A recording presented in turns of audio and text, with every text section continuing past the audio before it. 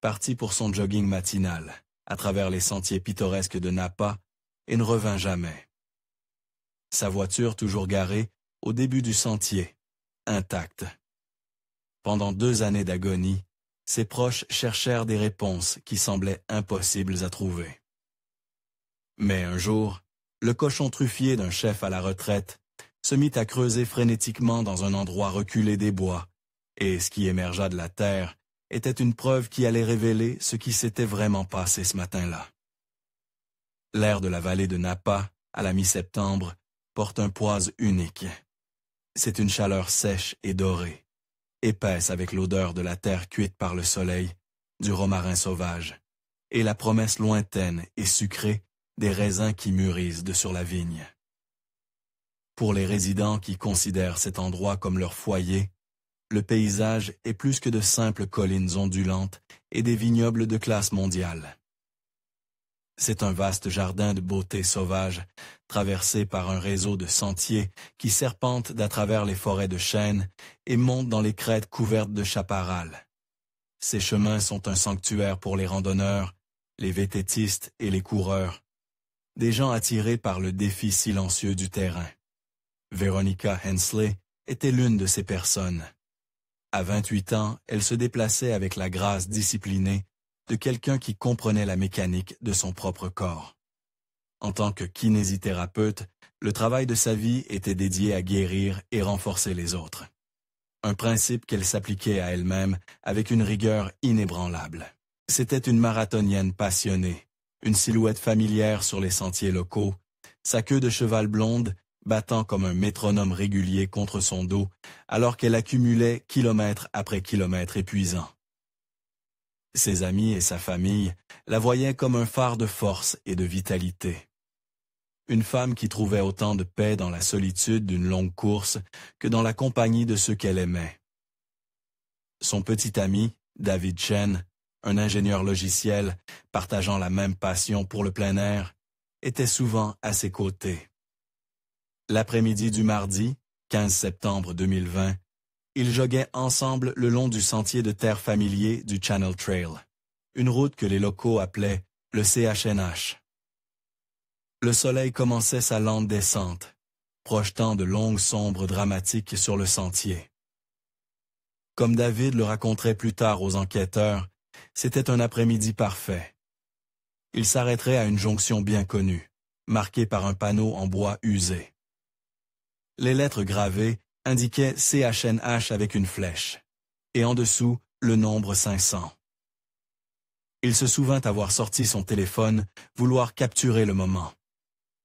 Veronica, rouge de l'effort de la course, s'appuyait contre le panneau, une bouteille d'eau à la main. Elle affichait un sourire, sans effort, radieux et complètement sincère. Le clic de l'appareil photo du téléphone figé à l'image dans le temps. Ses yeux brillants, la fine lueur de sueur sur son front, l'arrière-plan d'arbres sans fin et d'herbes dorées. C'était la dernière photographie jamais prise d'elle. Leur routine était confortable, établie. David avait une conférence de travail à Sacramento le lendemain. Un événement de 2 jours qu'il ne pouvait pas manquer. Il partit avant l'aube, le mercredi 16 septembre. Leurs adieux furent brefs, un baiser endormi dans la faible lumière de leur appartement. Le genre doit revoir des involtes qui arrivent 1000 fois dans une vie partagée. Il lui dit qu'il l'appellerait ce soir-là depuis l'hôtel. Il n'avait aucun moyen de savoir que le silence à l'autre bout de la ligne deviendrait bientôt un rugissement assourdissant. L'hôtel de conférence à Sacramento était un monde loin des sentiers poussiéreux de Napa. C'était un environnement stérile, de murs bêches, d'éclairage fluorescent et du bourdonnement sourd de la climatisation. David assista aux discours principaux et aux sessions en petits groupes, son esprit dérivant occasionnellement vers la course avec Veronica, la sensation du soleil sur sa peau. Vers 19 heures, il retourna dans sa chambre, desserra sa cravate et composa son numéro. Ça tomba directement sur la messagerie vocale. Il n'était pas alarmé, pas au début. Il imaginait son téléphone, la batterie vidée après une longue journée à la clinique.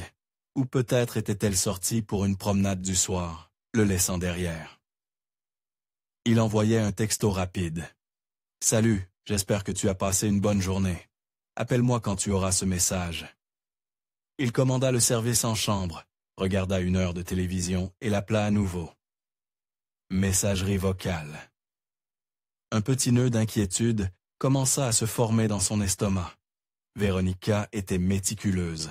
Elle vivait selon son emploi du temps, et le rappel du soir était un point fixe dans leur journée, surtout quand l'un d'eux était absent. Il envoyait un autre texto, celui-ci plus direct. « Je commence à m'inquiéter un peu. Tout va bien? » Il attendit.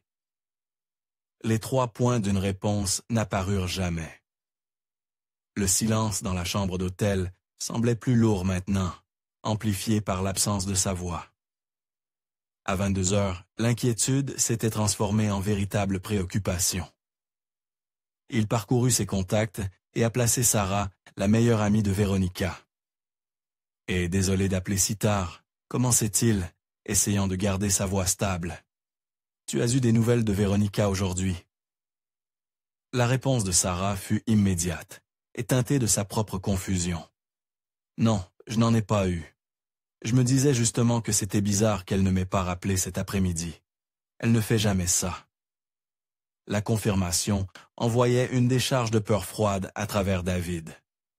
Ce n'était pas que lui. Personne n'avait eu de ses nouvelles. La logique soigneusement construite d'une batterie morte ou d'un téléphone oublié s'effondra, remplacée par une terreur sombre et informe. Il passa le reste de la nuit à arpenter la longueur de sa chambre d'hôtel, téléphone en main, l'appelant toutes les 30 minutes.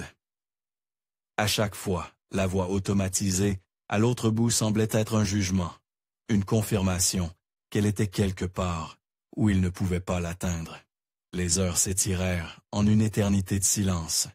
Chaque tic-tac de l'horloge, un coup de marteau contre son espoir. La première lumière de l'aube du jeudi 17 septembre n'apporta aucun soulagement, seulement une certitude frénétique. David quitta son hôtel avant que le soleil ne se soit complètement levé et commença le trajet de retour vers Napa, son esprit parcourant 1000 scénarios terribles. En conduisant, il passa l'appel qu'il n'avait jamais imaginé devoir faire. Il composa le 911 et, sa voix se brisant d'un mélange de peur et d'épuisement, signala la disparition de Véronica Hensley. Il expliqua sa routine au répartiteur du bureau du shérif du comté de Napa, avec une clarté minutieuse, son habitude inébranlable, une course en solo tous les matins où elle ne travaillait pas, toujours sur le système de sentier CHNH. Elle serait partie vers 8 heures le mercredi. Elle aurait dû être rentrée à 10 heures au plus tard. Le répartiteur, formé pour gérer la panique avec une procédure calme, prit note des informations et l'assura que des députés seraient immédiatement envoyés au début du sentier.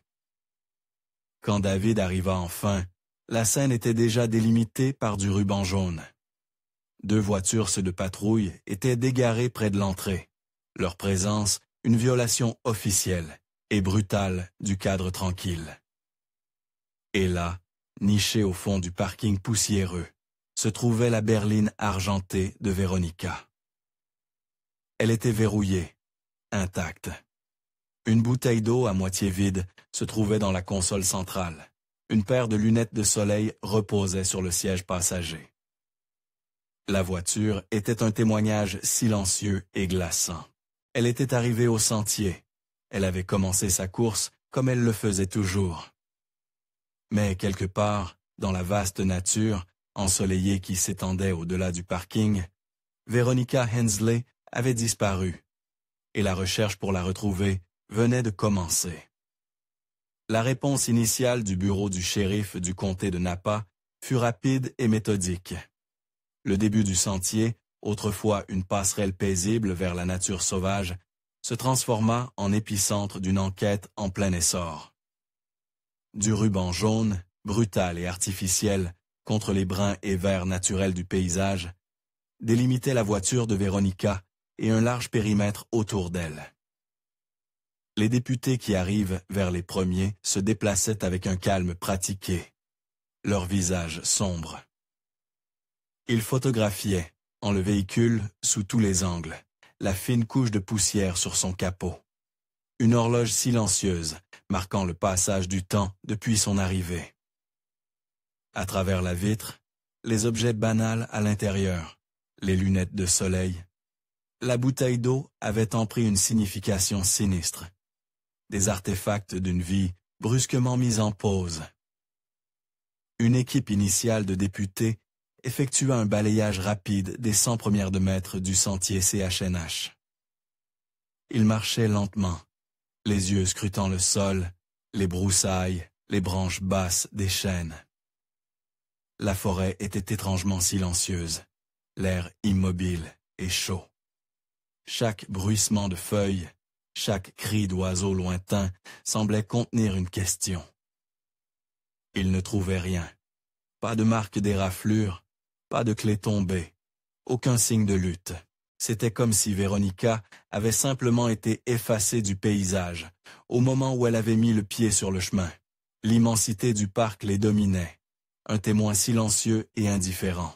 Les députés savaient, en regardant dans cette étendue dense d'arbres et de collines, que ce n'était pas une tâche pour une poignée d'officiers. Cela nécessiterait une armée. À midi, cette armée commença à arriver.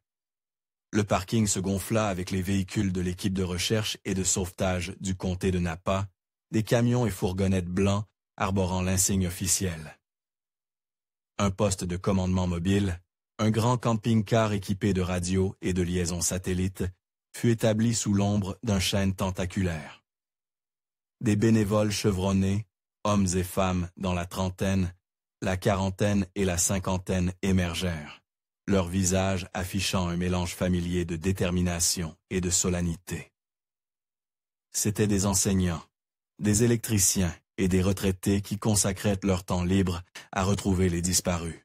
Le chef de l'équipe SART, un homme nommé Frank Hewitt, au visage buriné et aux yeux qui avaient Davis trop de ses opérations, déroula une énorme carte topographique sur une table pliante. Le réseau complexe de lignes de contour dépeignait un terrain brutal de montées raides, de ravins profonds et d'innombrables chemins qui s'entrecroisent, dont beaucoup non officiels et non entretenus. Il commença à marquer la carte avec un crayon gras rouge, soulignant la ronde. Leur autre probable de Véronica, établissant des grilles à de recherche et assignant des secteurs à différentes équipes.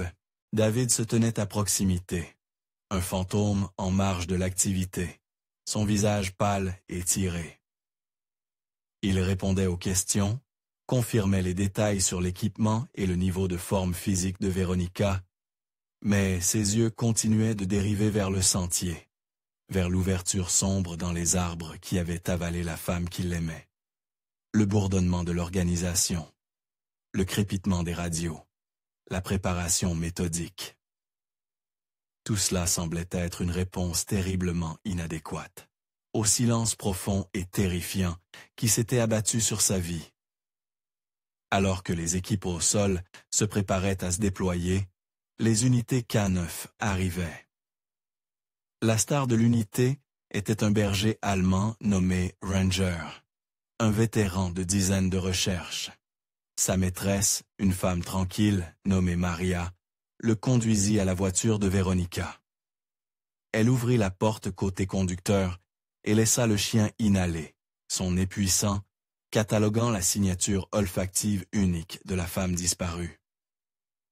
Après un moment, Ranger émit un gémissement bas et un aboiement aigu, signalant qu'il avait la piste. Maria lui donna l'ordre, et le chien s'élança en avant, l'attirant vers le début du sentier avec une foulée avide et confiante. Pendant le premier kilomètre, le chien était implacable. Il suivait le chemin de terre principal sans hésitation, sa queue tenue haute, sa concentration absolue. Les membres de l'équipe de recherche qui suivaient derrière ressentirent une vague d'optimisme prudent. C'était ainsi que cela était censé fonctionner. Le chien était sur la piste, une découverte semblait imminente, mais ensuite, ils atteignirent une fourche dans le sentier. Le chemin principal continuait tout droit, tandis qu'une piste plus petite et moins fréquentée bifurquait vers la gauche descendant dans un lit de ruisseau ombragé. Ranger s'arrêtait net. Il gémit, son œuf remissant frénétiquement alors qu'il reniflait l'air, puis le sol. Il fit quelques pas dans la fourche de gauche, puis revint en arrière, tournant autour de la jonction avec une agitation croissante. Il regarda Maria, sa posture confiante disparut, remplacée par une confusion visible.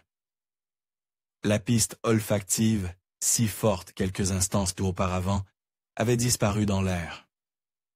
C'était comme si Veronica avait été soulevée de l'endroit, ne laissant aucune trace de la direction qu'elle avait prise ou si elle avait quitté le sol entièrement. Maria essaya de l'encourager, de lui faire reprendre l'odeur, mais le chien était résolu. La piste était froide.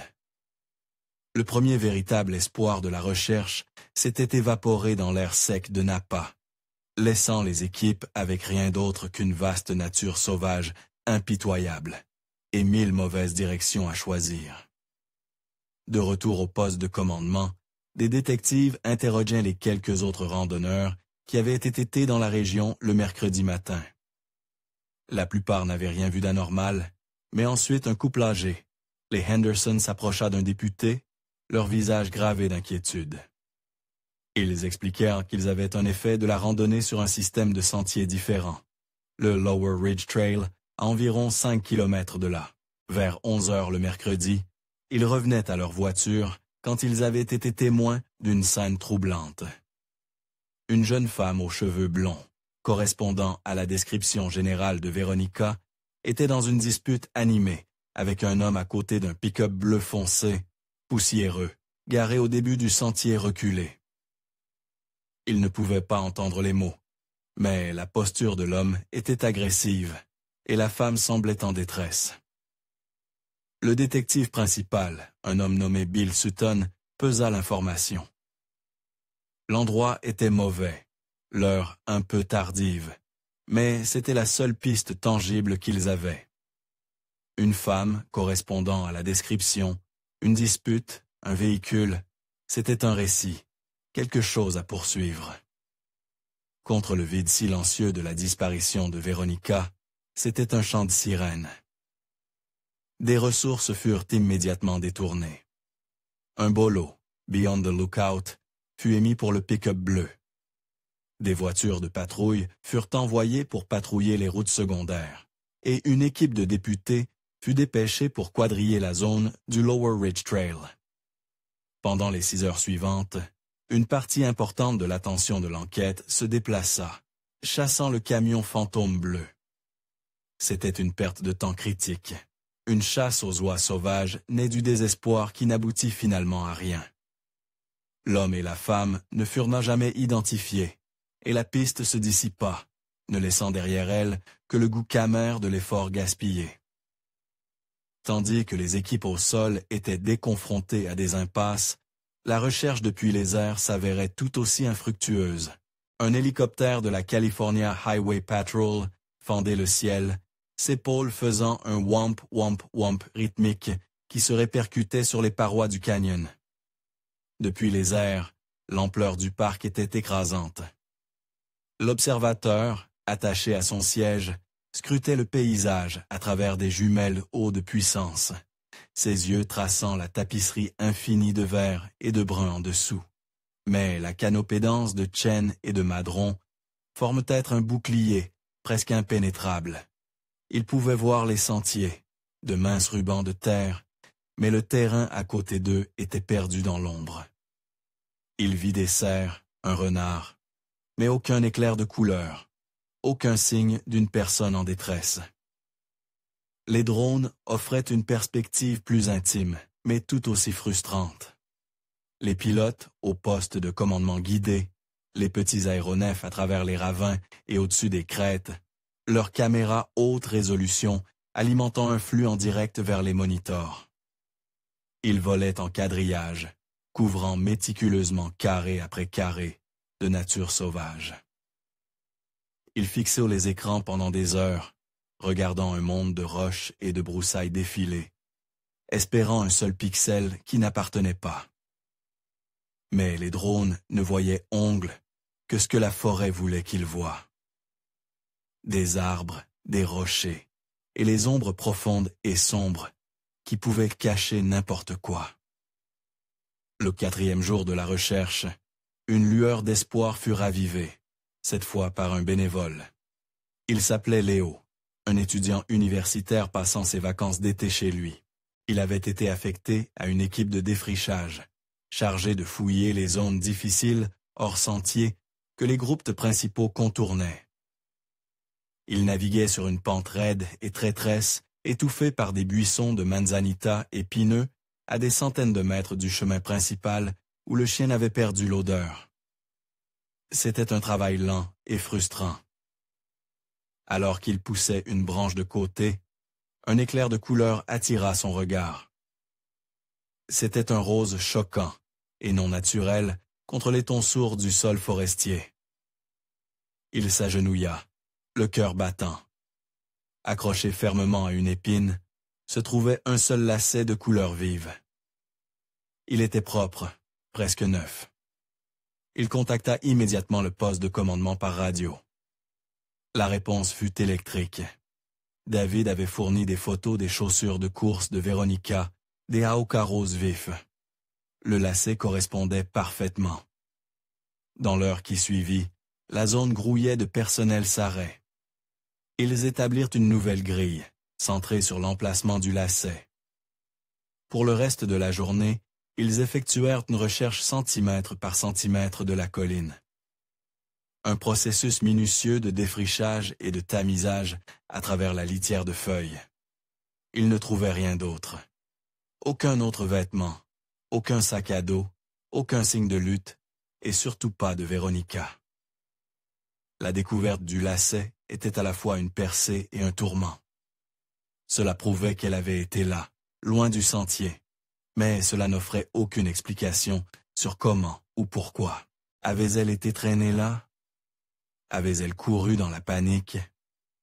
L'aviez-elle simplement laissé tomber?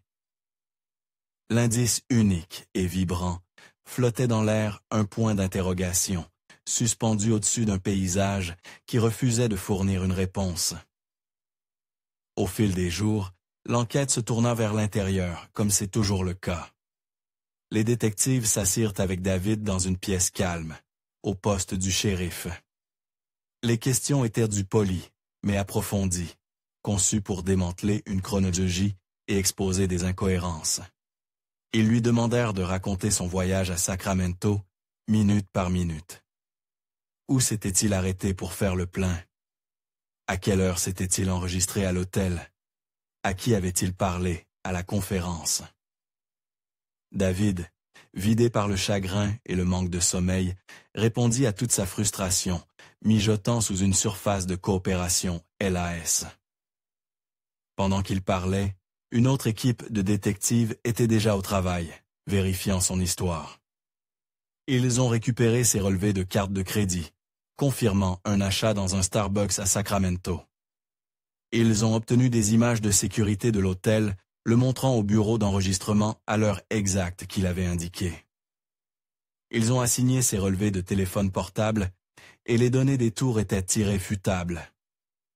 Son téléphone avait envoyé des signaux autour de manière constante, le long du corridor I-80, et à l'intérieur de Sacramento, pendant toute la durée de la disparition de Véronica. Il était, sans aucun doute, exactement là où il avait dit qu'il était. Le détective principal l'informa qu'il était blanchi. C'était un moment qui aurait dû apporter un soulagement. Mais pour David, cela ne fit qu'approfondir le désespoir. S'il n'était pas responsable, alors c'était un étranger. Et cette possibilité était infiniment plus terrifiante. Après 2 semaines, le soleil implacable de Napa avait durci le sol et le vent avait nettoyé les sentiers. La recherche avait couvert plus de 80 km de terrain brutal. Les bénévoles étaient épuisés, leur espoir usé, Les ressources étaient le tendu, et les chances de retrouver Veronica vivante avaient diminué à presque rien. Le matin du 30 septembre, Frank Hewitt, le commandant SR, prit la décision. Lors d'une brève conférence de presse près du début du sentier, il se tint devant une rangée de microphones et annonça que la recherche active à grande échelle de Veronica Hensley était suspendue.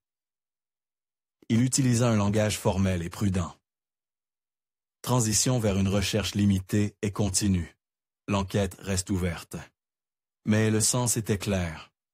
L'armée rentrait chez elle, le poste de commandement fut démantelé, les cartes furent enroulées et le ruban jaune fut retiré. Alors que les derniers camions-serres quittant le parking, David et la sœur de Veronica se tenaient ensemble au bord du sentier. Les sons familiers de la recherche, les radios, les hélicoptères, les cris des bénévoles avaient disparu. Remplacés par le silence profond et terrible de la nature sauvage, la forêt avait gardé son secret, et pour l'instant elle refusait de le rendre. 1 an est long. C'est assez long pour que les saisons changent, pour que les blessures cicatrisent et pour que les bords, tranchants d'une crise, soient usés par le rythme implacable de la vie quotidienne. Pour le public, l'histoire de la coureuse disparue de Napa s'était estompée. Son visage, autrefois un élément permanent des actualités locales et des tableaux d'affichage communautaires, était maintenant rarement vu. D'autres tragédies, d'autres gros titres avaient appris sa place. Les rubans jaunes, qui avaient autrefois orné les arbres près du début du sentier, s'étaient été filochés et étaient tombés, réabsorbés dans le paysage.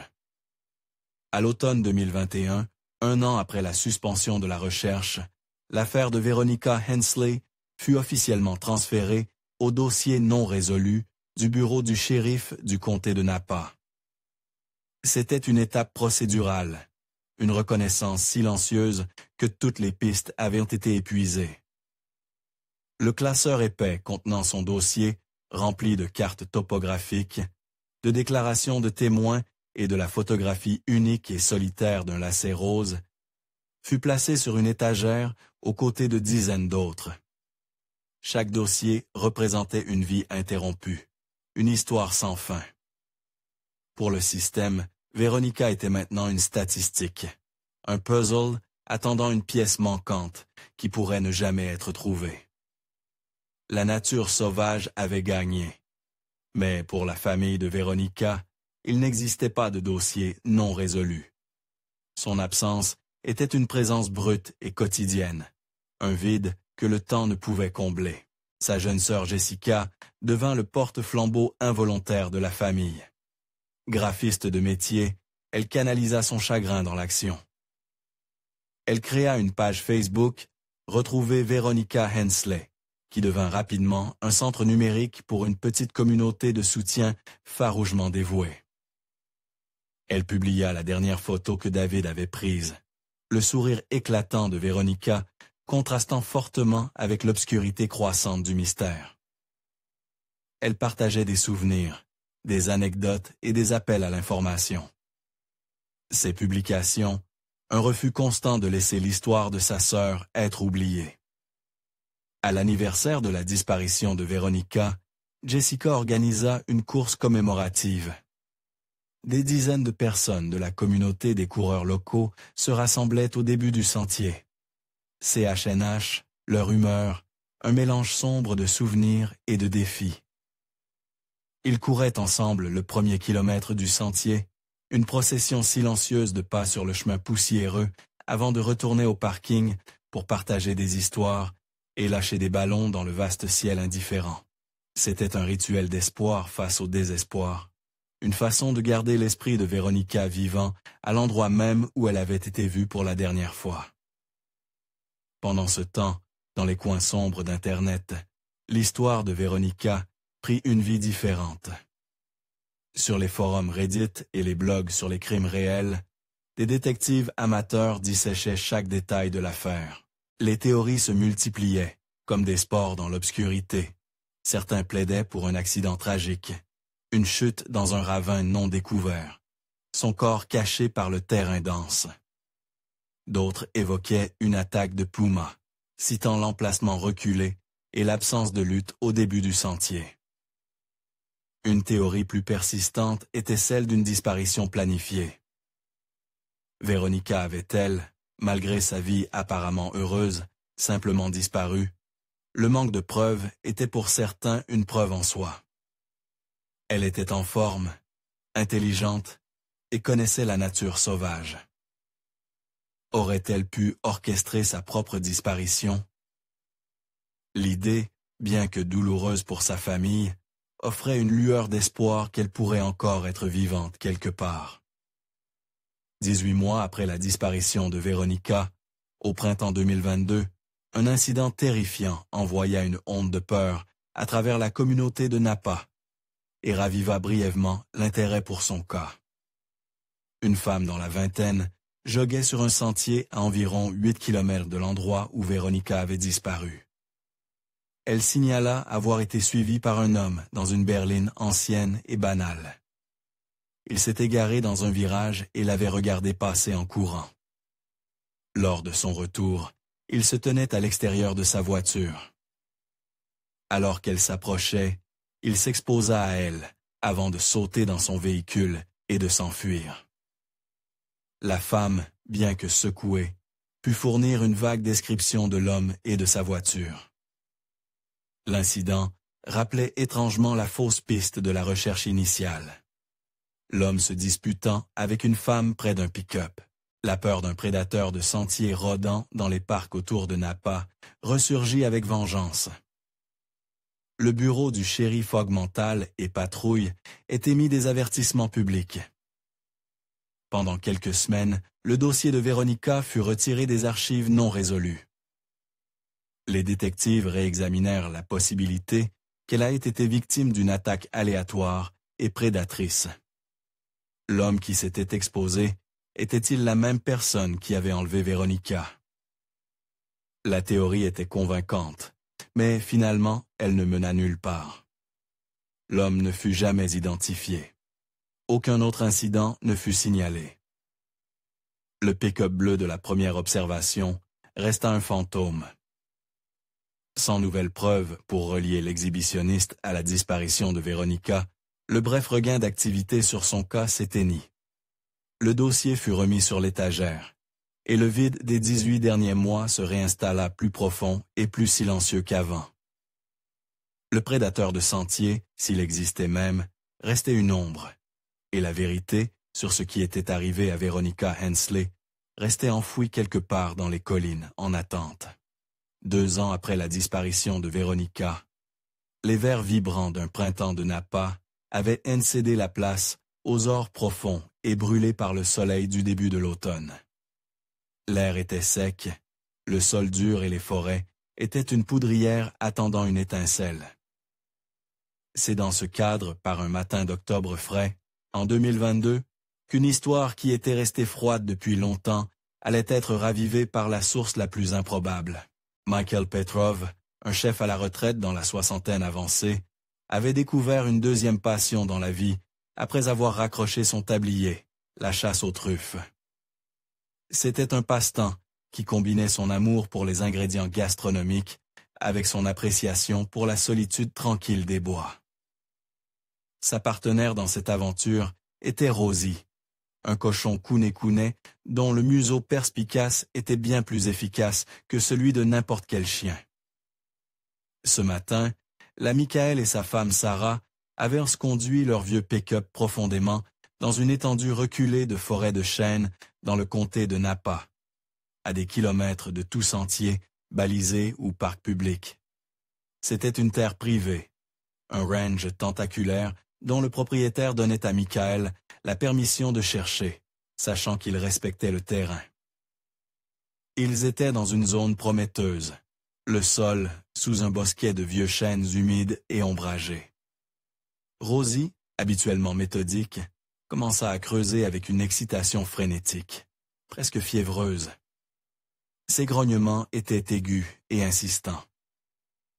Elle en a trouvé une grosse, Sarah, appela Michael, un sourire s'étalant sur son visage.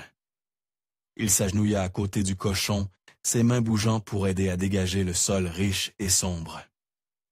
Il s'attendait à sentir la forme ferme et arrondie d'une truffe noire prisée. Au lieu de cela s'appelle Urta, quelque chose de mou et souple, quelque chose qui cédait avec un relâchement écœurant et non naturel. Il s'arrêta, fronçant les sourcils. Il poussa doucement Rosie de côté et commença à creuser plus soigneusement avec ses mains. Il dégagea la terre meuble et les feuilles, ses doigts, effleurant une surface mince et lisse. C'était du plastique. Il contourna les bords, son excitation initiale se transformant en un nœud d'appréhension. L'objet était un sac, enterré à seulement 30 centimètres sous la surface. Avec une dernière traction, il le libéra de la tombe peu profonde. Michael se leva tenant le sac. C'était un sac en plastique translucide de type épicerie, recouvert de saleté et de crasse. Mais son contenu était horriblement visible à travers le film musée. Sarah haleta, sa main volante à sa bouche. À l'intérieur, emmêlés ensemble dans un désordre comprimé et souillé, se trouvaient des vêtements de sport féminins, un soutien-gorge de sport rose et blanc délavé et un short de course noir. À côté des vêtements se trouvaient d'autres articles plus intimes. Un préservatif usagé et déroulé, un emballage du Rex bleu scellé et un tampon usagé. Les objets déforment un tableau grotesque, une histoire de violence et de violation préservée dans la terre. L'air, quelques instants auparavant, rempli de l'odeur du chêne et du sol humide, semblait maintenant épais avec la puanteur d'un secret longtemps gardé. Le regard de Sarah était fixé sur les vêtements souillés à l'intérieur du plastique. C'était le soutien-gorge de sport, le dégradé distinct du blanc au rose, qui attira son attention, tirant une image à moitié oubliée des profondeurs de sa mémoire. Son esprit s'emballa, reliant les points avec une clarté soudaine et écœurante. La coureuse disparut. Les reportages d'il y a 2 ans. Les photos de la femme blonde souriante dans sa tenue de course, les vêtements dans le sac. Ils correspondaient. Elle savait, avec une certitude, qui la glaça jusqu'aux os, ce que c'était. Ses mains tremblaient, alors qu'elle cherchait son smartphone. « Tiens-le, Michael, » dit-elle, sa voix mince et tremblante. « Ne le bouge pas, tiens-le juste. » Michael, le visage pâle et sombre, tint le sac en l'air. La lumière du soleil d'automne filtrait à travers les arbres, illuminant le contenu troublant. Sarah prit une photo, le clic de l'obturateur anormalement fort dans les bois silencieux. Puis une autre. Elle savait à quel point c'était important de capturer les preuves exactement telles qu'elles avaient été trouvées, avant qu'elles ne soient perturbées, avant que l'histoire qu'elle racontait ne puisse être modifiée. Ils restaient là un long moment. Eux deux et le cochon, gardiens d'une terrible découverte. Ils savaient qu'ils ne pouvaient pas le toucher davantage. Ils devaient appeler la police. Le trajet pour rencontrer les députés semblait surréaliste. Ils laissèrent le sac où il était, marquant l'endroit avec un ruban orange vif attaché à une branche d'arbre. Quand ils rencontraient, finalement, 2 députés du shérif du comté de Napa sur une route de terre isolée, leur histoire sortit dans un flot de phrases paniquées et fragmentées. Ils montrèrent aux députés les photos sur le téléphone de Sarah. L'un des députés, un détective vétéran nommé Dave Riley, ressentit une secousse de reconnaissance en regardant l'image. Il avait été détective junior quand Veronica Hensley avait disparu. Il se souvenait des affiches, des recherches infructueuses, de la photo d'elle dans ce même haut rose et blanc. Il se souvenait du lacet rose unique. Ce n'était pas seulement une piste potentielle, c'était l'affaire, rouverte après 2 ans de silence. La découverte envoyait une onde de choc à travers le département. Le calme de l'unité des affaires non résolues fut brisé. En quelques heures, le coin reculé des bois fut transformé en une scène de crime majeur, délimitée par des kilomètres de ruban jaune. Des équipes médico-légales, en combinaison blanche, descendirent sur la zone, effectuant une recherche méticuleuse en quadrillage autour du vieux chêne. Le sac fut soigneusement excavé, scellé dans un conteneur de preuves et transporté d'urgence au laboratoire criminel d'État à Sacramento. Au laboratoire, le travail commença immédiatement. Les vêtements furent soigneusement séparés et examinés. Sous les lumières crues du laboratoire médico-légal, ils étaient indéniablement ceux de Veronica. Le style, la marque, les couleurs, ils correspondaient parfaitement aux photos que David avait fournies. L'attention se porte ensuite sur les pièces de preuve les plus critiques, le préservatif et le tampon. Des scientifiques dans des laboratoires stériles commencèrent le processus minutieux d'extraction d'ADN, travaillant contre la dégradation du temps et des éléments. Ils cherchaient un fantôme, un profil génétique qui pourrait donner un nom à l'ombre qui avait hanté cette affaire pendant 2 ans. Toute l'enquête dépendait maintenant des secrets que ces petits objets jetés contenaient. Le laboratoire criminel du département de justice de Californie à Sacramento opère dans un monde de précision stérile. Un endroit où des traces microscopiques peuvent démêler les crimes les plus complexes. Pour les scientifiques médico-légaux assignés au cas de Veronica Hensley, le sac de preuves représentait à la fois un défi et une opportunité profonde. 2 ans d'exposition à l'humidité, aux bactéries et aux températures de flûte dans le sol auraient facilement pu détruire tout ADN viable. L'équipe travaillait avec une concentration tranquille et intense, sachant que les espoirs d'une famille et d'un département de police reposaient sur leurs efforts. Les jours se transformèrent en 1 semaine, puis la percée arriva. Le laboratoire réussit à extraire un profil ADN masculin complet et viable du préservatif usagé. L'échantillon était propre, non compromis. C'était un coup de chance, mais c'était la meilleure chance qu'ils avaient tuée depuis le début de la recherche.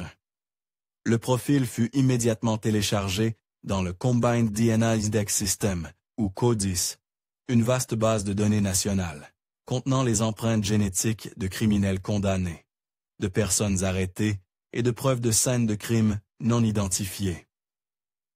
Le système commença sa recherche, croisant le profil avec des millions d'entrées. L'attente était angoissante, puis une correspondance. Le profil ADN du préservatif correspondait à une entrée existante dans la base de données. Le nom qui clignota sur l'écran était Mark Jennings, un paysagiste de 45 ans vivant dans une petite maison de location discrète à la périphérie de Napa. Son entrée dans CODIS provenait d'une condamnation vieille de 10 ans pour exposition indécente.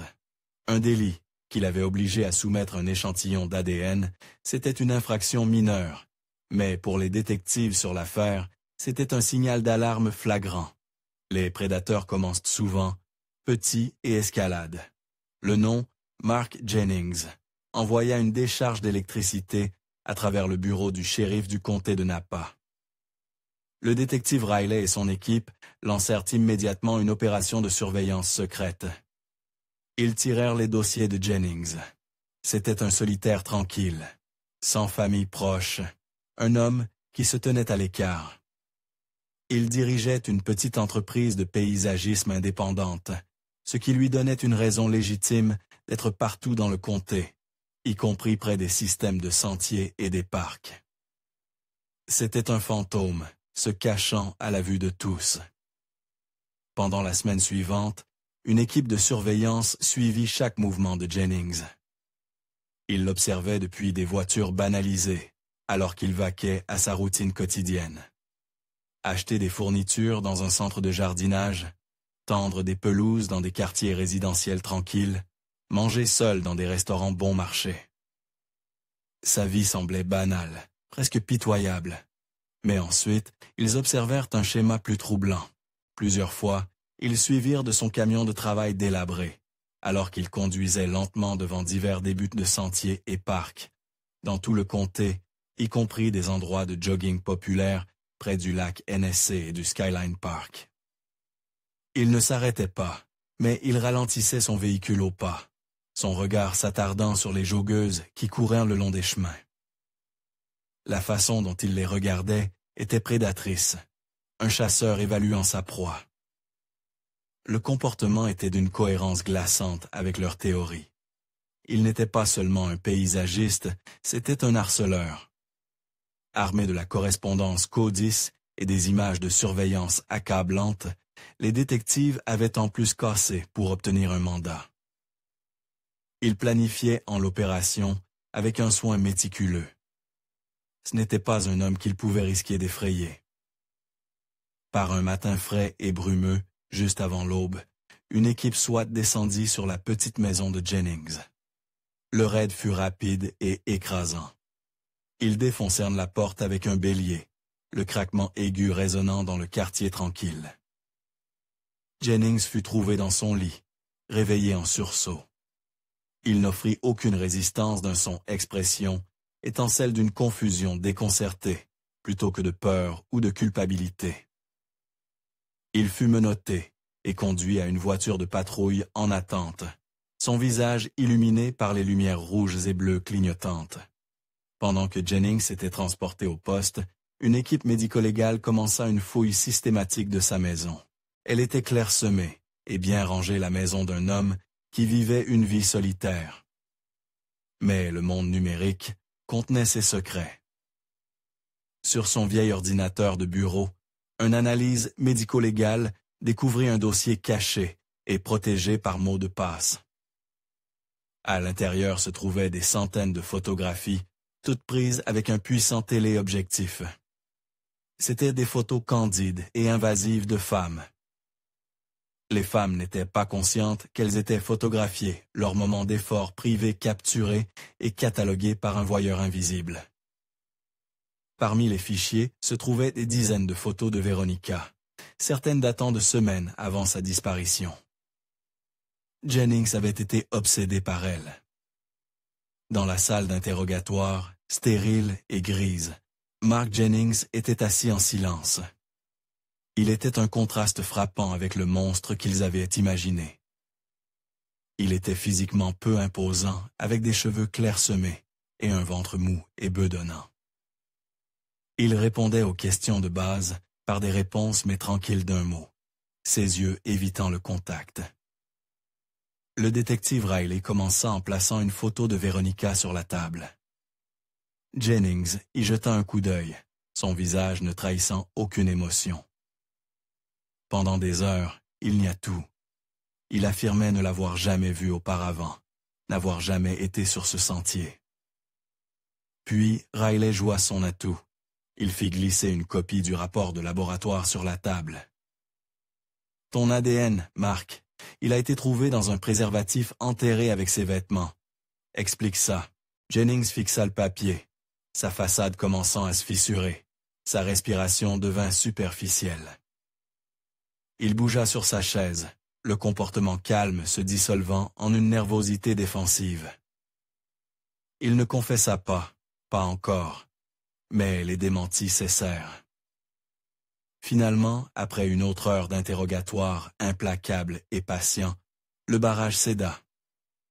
La confession qui se déversa était horrible, non pas pour sa passion, mais pour sa nature froide et détachée. Il parlait de Veronica avec un sens glaçant de propriété. Il l'avait observée pendant des semaines, dit-il, mémorisant son programme de course. Il décrivit son fantasme, son obsession. Le jour de sa disparition, il l'avait attendue sur une section reculée et envahie du sentier, lui tendant une embuscade. Son récit de l'agression fut livré d'un ton monotone et plat. Mais c'était sa justification qui choqua vraiment les détectives chevronnés. « Elle le cherchait », dit Jennings, sa voix dénuée d'émotion.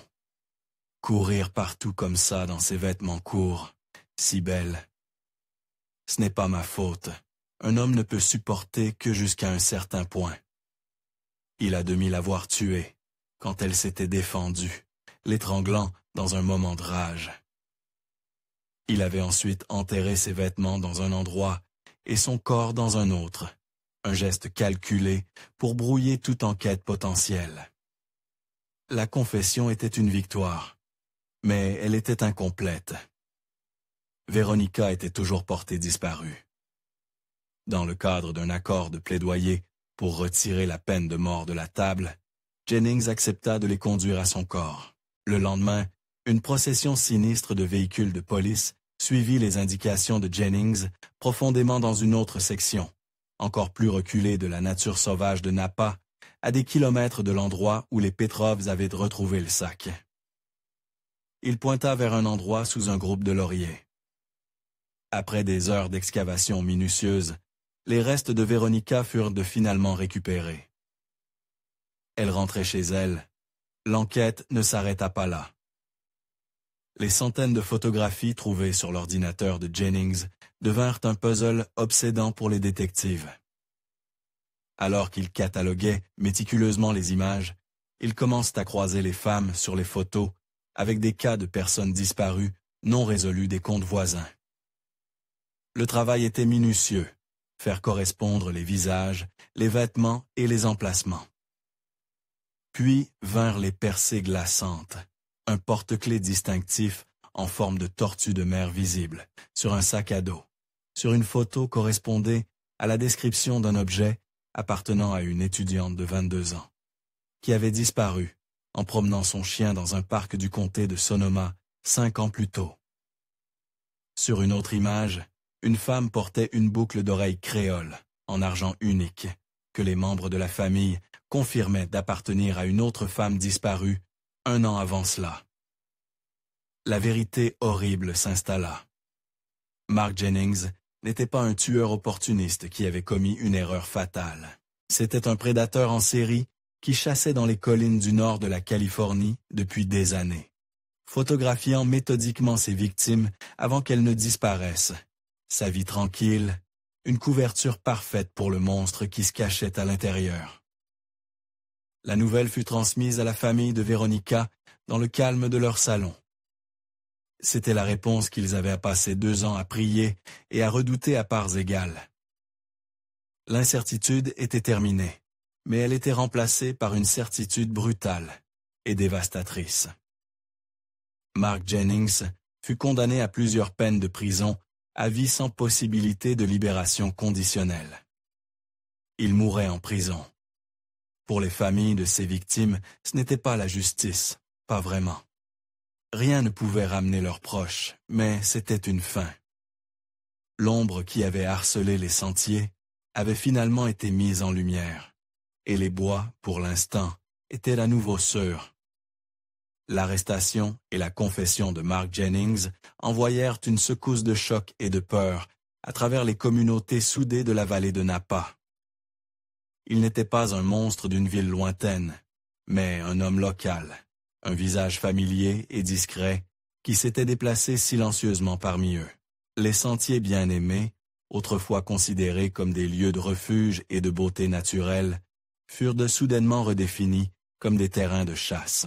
L'histoire domina les actualités locales pendant des semaines.